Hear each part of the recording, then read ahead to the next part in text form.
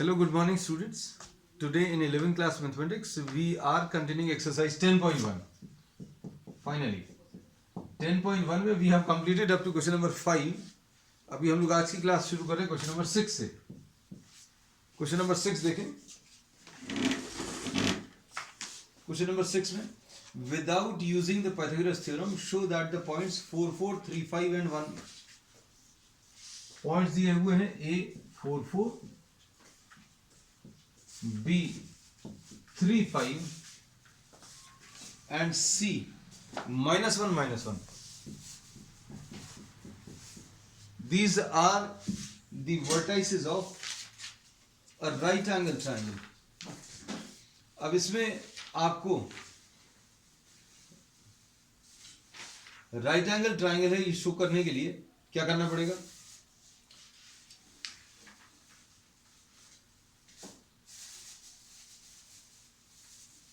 Suppose we are naming this as A, this as B.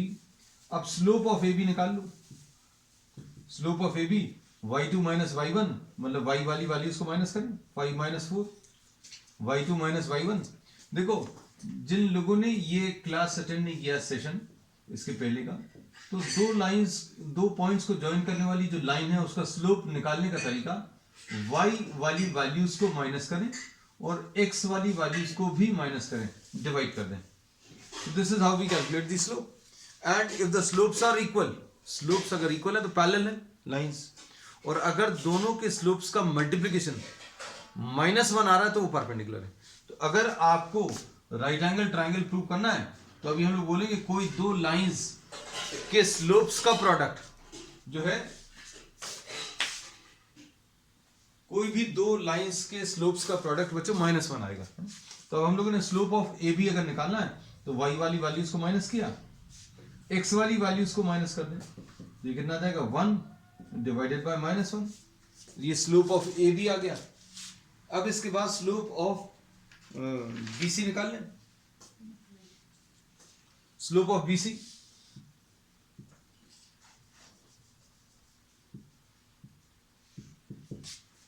Slope of B C कितना आ जाएगा? This will be y वाली values को minus करो, -1 -5 upon -1 -3. तो अब क्या बोल सकते हैं, ये कितना आ जाएगा -6 divided by -4. So this will B 3/2. और इन दोनों को मल्टीप्लाई करने पर -1 नहीं आ रहा. चलो तीसरा देखते हैं. Slope of A C. Slope of A C अगर निकालना है तो कैसे निकालेंगे? y वाली वैल्यूज को माइनस करें, -1 -4 अपॉन -1 -4 एंड -1 एंड -4. तो ये -5 upon -5 which will be what +1. So we see that slope of AB into slope of AC, slope of AB and slope of AC का मल्टीप्लीकेशन, AB और AC के slopes का multiplication -1 आ रहा है. So if the product of the slopes is -1, then we say that the two given lines will be perpendicular. So we say that AB is perpendicular to AC because the product of the slopes of AB and AC is -1. अब इसके बाद क्या कह सकते हैं based on this? तो अब A B और ए सी जो है परपेंडिकुलर हैं, तो अब हम लोग ये बोल सकते हैं ये ए बी है, ये ए सी है, और ए बी और ए सी के स्लोप्स का प्रोडक्ट -1 है. तो A B is perpendicular to A C. A B perpendicular to A C बना लिया तो एंगल ए इज 90 डिग्रीज. यही प्रूव करना था. अब इसके बाद next question number 7.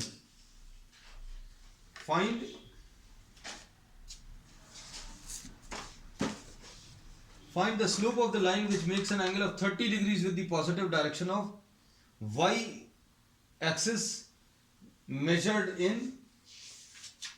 anti-clockwise direction. y axis के साथ 30 डिग्रीज का एंगल बना रहा है ना. अब इसको समझना. Question number 7।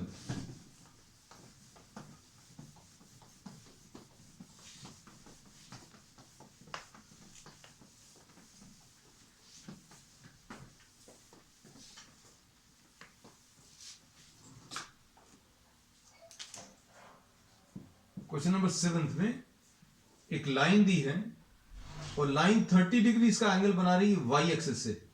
वाई एक्सिस से क्लॉकवाइज डायरेक्शन ये है, एंटी क्लॉकवाइज डायरेक्शन ये है। तो ये बच्चे 30 डिग्री से ऐसा कुछ दिया हुआ है। अब ये अगर 30 डिग्री से, इन्होंने क्या बोला है, फाइंड द स्लोप। अब आपको स्लोप कैलकुलेट करना है, स्लोप ऑफ दिस लाइन। अब स्लोप ऑफ दिस लाइन कैसे बताएंगे बच्चों? देखिए, अगर ये 30 डिग्री है तो ये वाला एंगल भी 30 आएगा, और ये अगर एंगल 30 आएगा वर्टिकली ऑपोजिट एंगल्स, तो ये 60 डिग्री से आ जाएगा। और अगर ये 60 आ गया, ये 60 क्यों आएगा बच्चों? ये 90 है, ये 30 है, ये 60। तो एक्स एक्सिस से एंटी क्लॉकवाइज डायरेक्शन में एंगल जो आएगा वो 120 डिग्री। एक्स एक्सिस से एंटी क्लॉकवाइज डायरेक्शन में जो एंगल आएगा 120 डिग्री। तो अभी हम लोगों को ये मालूम है, अगर आपको स्लोप बताना है किसी लाइन का, तो एक्स एक्सिस से क्लॉकवाइज डायरेक्शन, एक्स एक्सिस से एंटी क्लॉकवाइज डायरेक्शन। तो अभी हम लोग कौन सा वाला एंगल लेते हैं? क्लॉकवाइज डायरेक्शन का एंगल नहीं लेते, anti clockwise direction. M will be equal to tan theta. तो अभी हम लोग एक्स एक्सिस के साथ एंगल चाहिए पड़ेगा, और कौन सा वाला एंगल चाहिए पड़ेगा? ये क्लॉकवाइज डायरेक्शन का एंगल नहीं चाहिए, ये वाला एंगल चाहिए। तो अब हम लोग बोलेंगे slope will be equal to tan of 120 degrees, and tan of 120 degrees ये भी आप निकाल सकते हैं। ये कैसे मिलेगा? tan 180 माइनस 60 यानी tan of 120 degrees, sorry tan of minus tan of 60 degrees. tan 180 minus theta is minus tan theta यानी minus √3। So slope of this line will be minus √3। Next इसके बाद question number 8।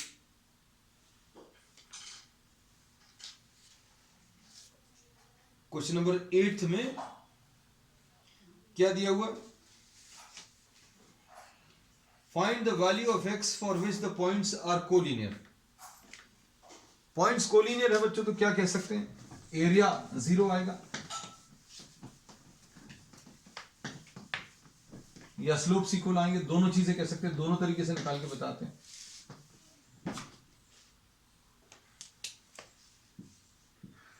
Question number 8।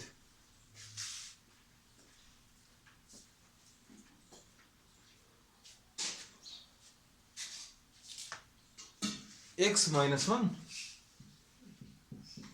x minus 1, और क्या दिया है? 2 1 and 4 5। ये 3 points है बच्चों। These are 3 points and these are collinear, अगर ये 3 पॉइंट्स बच्चों कोलिनियर हैं तो क्या बोल सकते हैं? Area of the triangle, area of the triangle will be 0। अब इसमें x minus 1, 2 1 and 4 5।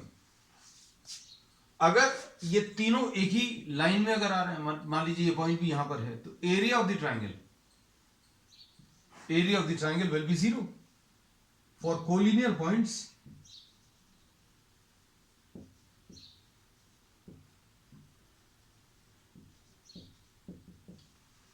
Area of triangle बच्चों कैसा आ जाएगा? 0। अब एरिया ऑफ ट्राइंगल निकालने का तरीका भी हमने आपको बताया, कैसे? हाफ x माइनस 1, फिर उसके बाद 2 और 1, 4 और 5, x और माइनस 1, ऐसा ले लो। अब कैसे कैलकुलेट करेंगे? एरिया ऑफ द ट्राइंगल अगर कैलकुलेट करना है,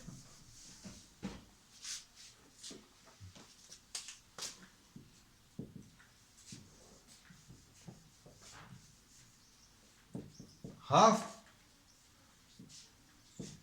ये 1 into x minus for collinear points area of triangle 0, तो बच्चों इक्वल टू 0 कर दिया। कैसे कैलकुलेट करते हैं? पहला कोऑर्डिनेट लिखा, दूसरा लिखा, तीसरा लिखा, पहले वाले को फिर से रिपीट कर लिया। ये हम लोगों ने तरीका बताया। आप फर्स्ट पॉइंट के कोऑर्डिनेट्स, सेकंड पॉइंट के कोऑर्डिनेट्स, थर्ड पॉइंट के कोऑर्डिनेट्स, फर्स्ट वाले को रिपीट कर लो। अब x into 1 minus this into this minus this into this plus 2 into 5 minus 1 into 4 plus minus 1 into 4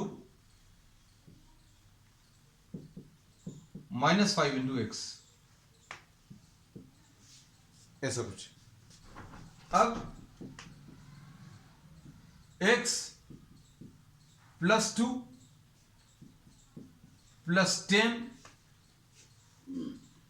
minus 4, उसके बाद minus 4 and minus 5x is equal to 0 लिख लो। ये कितना आ जाएगा? Half x plus 12 minus 8 minus 5x is equal to 0। तो ये कितना आ जाएगा? Minus 4x plus 4 is equal to 0, ऐसा कुछ मिलेगा। एंड इसको अगर आप सिंप्लीफाई करोगे तो 4 इज इक्वल टू 4x आएगा, या x की वैल्यू बच्चों कितनी? 1 आ जाएगी। एक तरीका ये है। एक और तरीका बता दे रहे हैं। यही कहते हैं बच्चों, मैथ्स में आप जितनी ज्यादा पॉसिबिलिटीज आप ट्राई कर सकते हैं किसी प्रॉब्लम को सॉल्व करने के लिए, उतना ज्यादा अच्छा आपके लिए है।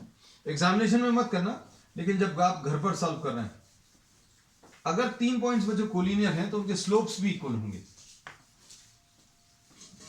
Just suppose you are naming these as, suppose you are naming these as A, B and C. आपने इनको ए, बी और सी नाम दे दिया। अब हम लोग क्या करेंगे?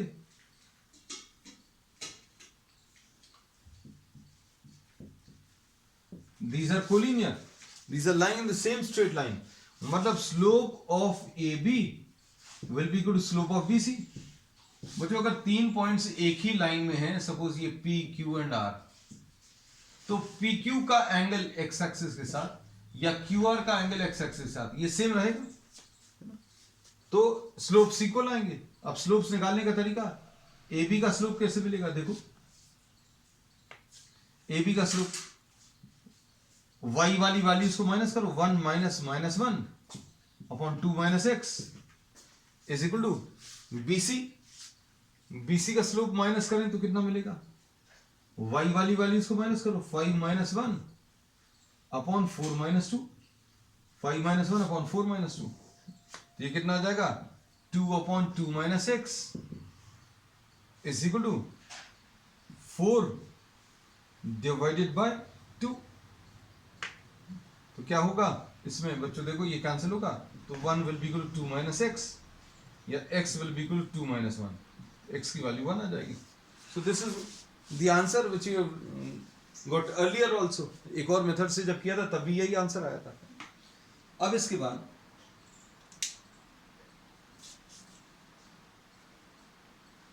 क्वेश्चन नंबर 9, क्वेश्चन नंबर 9 देख लो।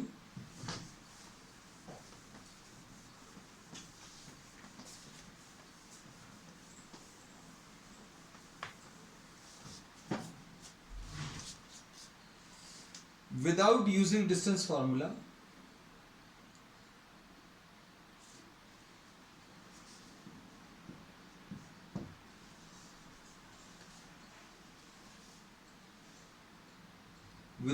distance formula, show that the points -2 -1, points जितने हुए हैं बच्चों -2 -1, फिर अगला पॉइंट है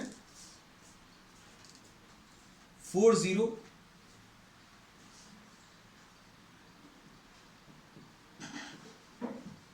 3 और फिर इसके बाद नेक्स्ट इसमें है -3 and 2।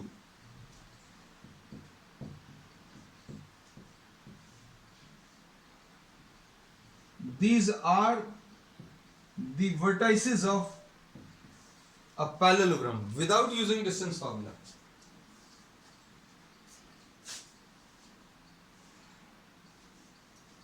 अब डिस्टेंस फॉर्मूला यूज करके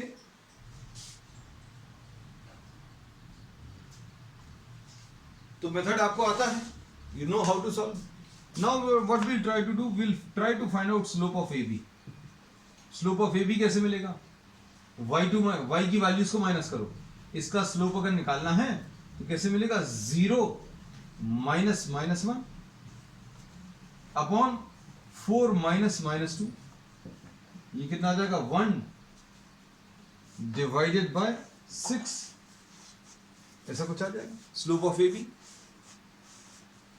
फिर स्लोप ऑफ डी सी निकाल लो, कैसे मिलेगा? y की वैल्यूज को माइनस करो, 3 माइनस 2 अपॉन x वाली वैल्यूज को माइनस करो, 3 माइनस -3, ये कितना आ जाएगा? 1 divided by 6। So we say that slope of A B is equal to slope of D C, therefore A B is parallel to D C, ऐसा कह सकते हैं। उसके बाद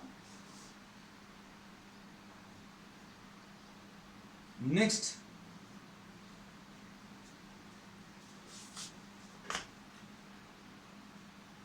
स्लोप ऑफ डीए निकाल लो, डीए और सीबी, ये कितना कितना आएगा, ये कैलकुलेट कर सकते हैं। Slope of DA y2 minus y1 -1 -2 upon -2 and -3, y वाली वैल्यूज को माइनस किया और फिर x वाली वैल्यूज को माइनस करके सब्ट्रैक्ट कर दिया, तो ये कितना आ जाएगा? -3 अपॉन 1, so this is -3। अब slope of CB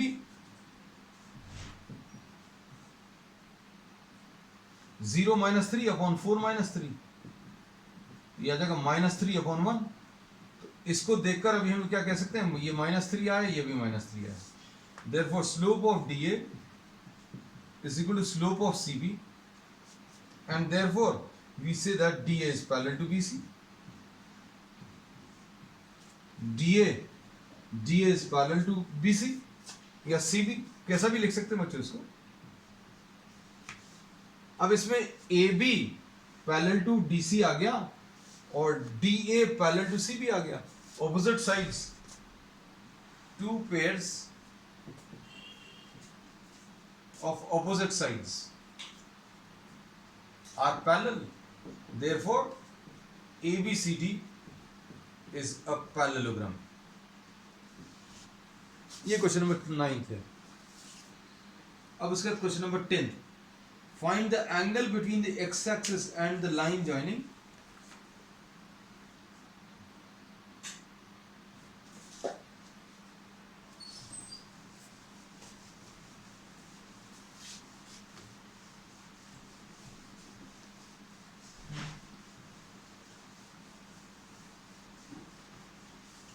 question number 10 में देखा,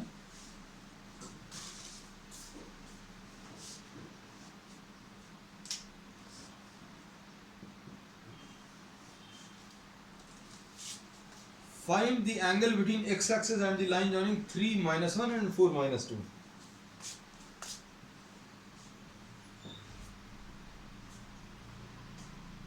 three minus 1 and 4,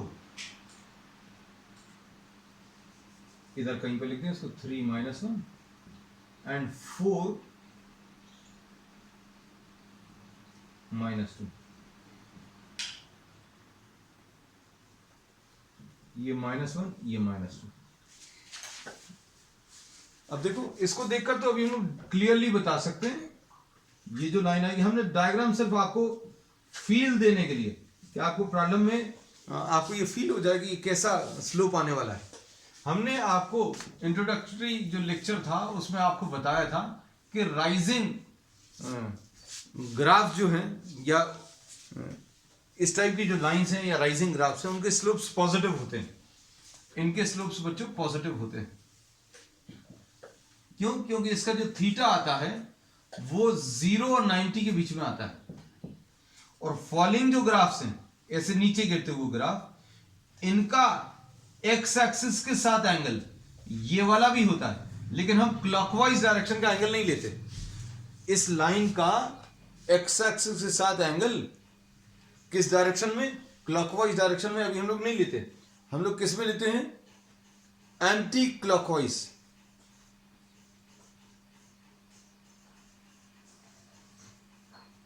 anti clockwise direction में अभी हम लोग एंगल लेते हैं।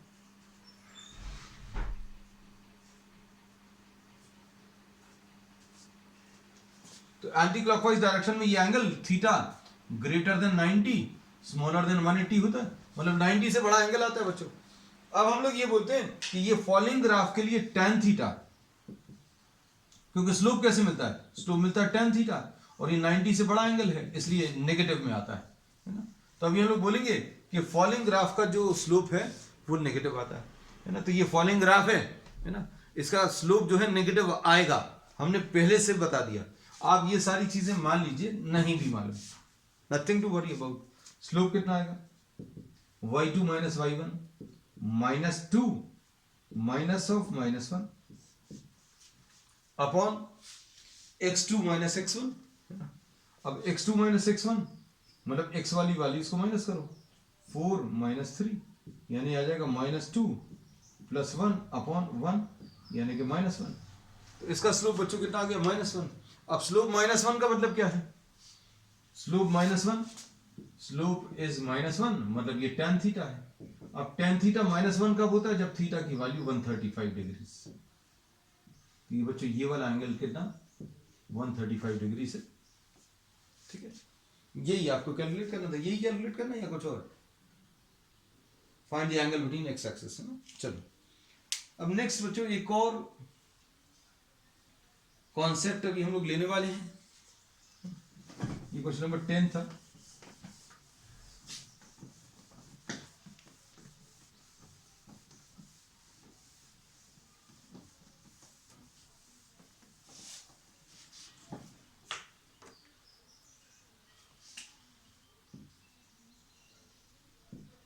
Angle between two lines. अब एंगल बिटवीन टू लाइन्स अगर आपको बताना है, जैसे suppose for example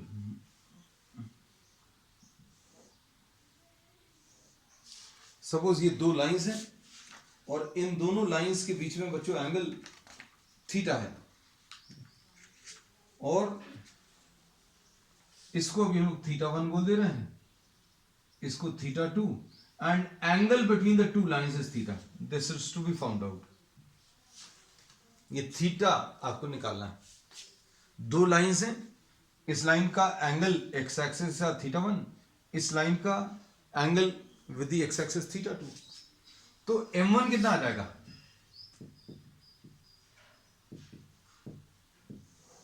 m1 will be equal to tan θ1, m1 is equal to tan θ1, and m2 इस लाइन का स्लोप बच्चों कैसे मिलेगा? tan θ1 से।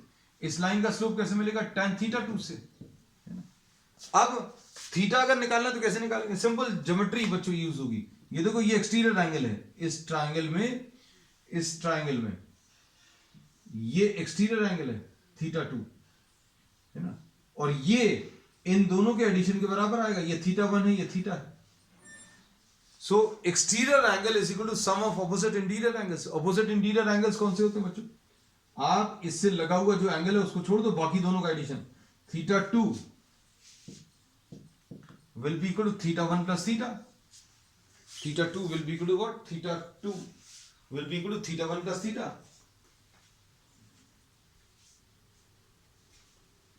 अब इससे थीटा की वैल्यू θ2 माइनस θ1 ऐसा ले सकते हैं। अब tan ले लो बच्चों दोनों तरफ, tan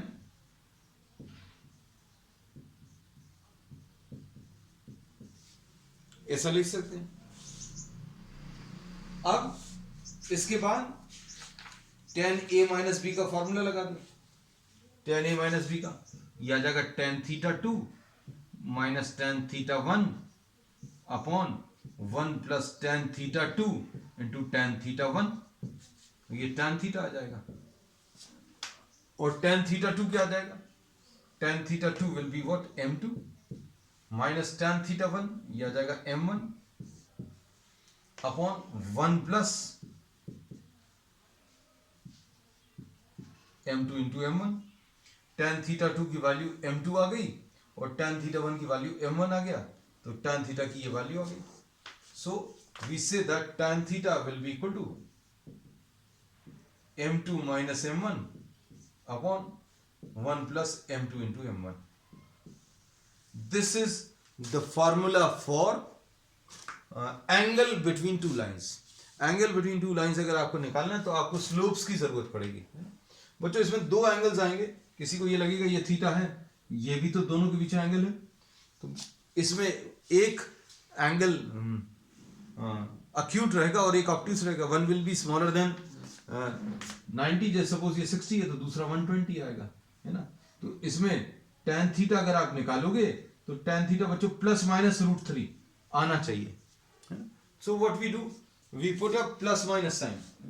अभी हम लोग ये कहते हैं कि tan थीटा जो है बच्चों कैसा मिलता है, plus minus m2 minus m1 upon 1 plus m2 into m1। And if in case only the acute angle is required, अगर आपको 90 से छोटा वाला एंगल चाहिए तो अभी हम लोग कैसा लिखते हैं, tan theta is equal to m2 minus m1 upon 1 plus m2 into m1। और जरूरी नहीं है आप m1 m2 किसको लिख रहे हैं ये तो पता नहीं है, तो you can write this as m1 minus m2 upon 1 plus m1 m2 absolute value के टर्म्स में। अक्यूट एंगल के लिए ऐसा कुछ आने वाला है। अब इसमें सोचकर देखना, अगर थीटा 0 है, थीटा 0 हो सकता है क्या, दो लाइंस के बीच में एंगल थीटा 0 कब होगा, when both are parallel. Theta 0 का मतलब है लाइंस आर पैरेलल। थीटा 0 का मतलब क्या है, दोनों लाइंस जो हैं बच्चों कैसी रहेंगी, पैरेलल रहेंगी। और थीटा की वैल्यू 0 अगर है तो tan 0 tan theta will be tan 0 will be equal to 0, और ये कितना आ जाएगा m2 minus m1 upon 1 plus m2 into m1। तो अब इससे क्या मिलेगा बच्चों, m2 माइनस m1 की वैल्यू 0 आ जाएगी, यानी कि m2 is equal to m1 आ जाएगा। तो ये ऑलरेडी अभी हम लोगों को मालूम है, वी नो दिस रिजल्ट, कि अगर लाइंस पैरेलल हैं तो उनके स्लोप्स इक्वल आएंगे।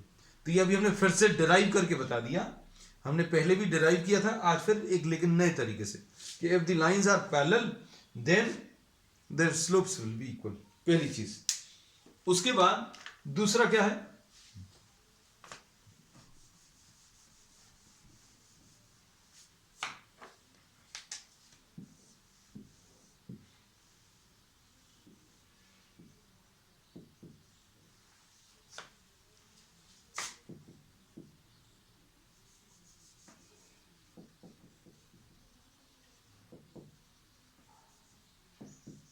if the lines are perpendicular then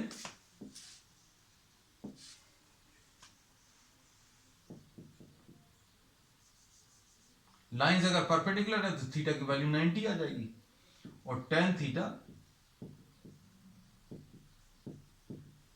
tan 90 will be m2 minus m1 upon 1 plus m2 into m1।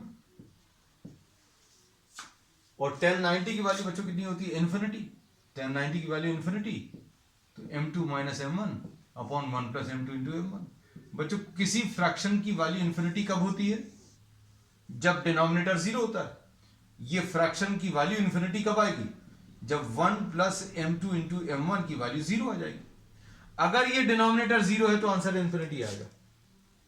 इसका मतलब क्या है, m2 इंटू m1 की वैल्यू -1। तो ये भी अभी हम लोग को ऑलरेडी मालूम है कि अगर दो लाइंस परपेंडिकुलर हैं तो दोनों लाइंस का स्लोप का मल्टीप्लीकेशन, दोनों लाइंस के स्लोप्स का मल्टीप्लीकेशन बच्चों कितना, -1 आएगा। तो ये एक नया फॉर्मूला है जो अभी हम लोग आगे के कुछ प्रॉब्लम्स में यूज करने वाले हैं। तो बच्चों अब आज के लिए इतना ही। We will continue with the remaining part of the exercise on the next one. That's all for today.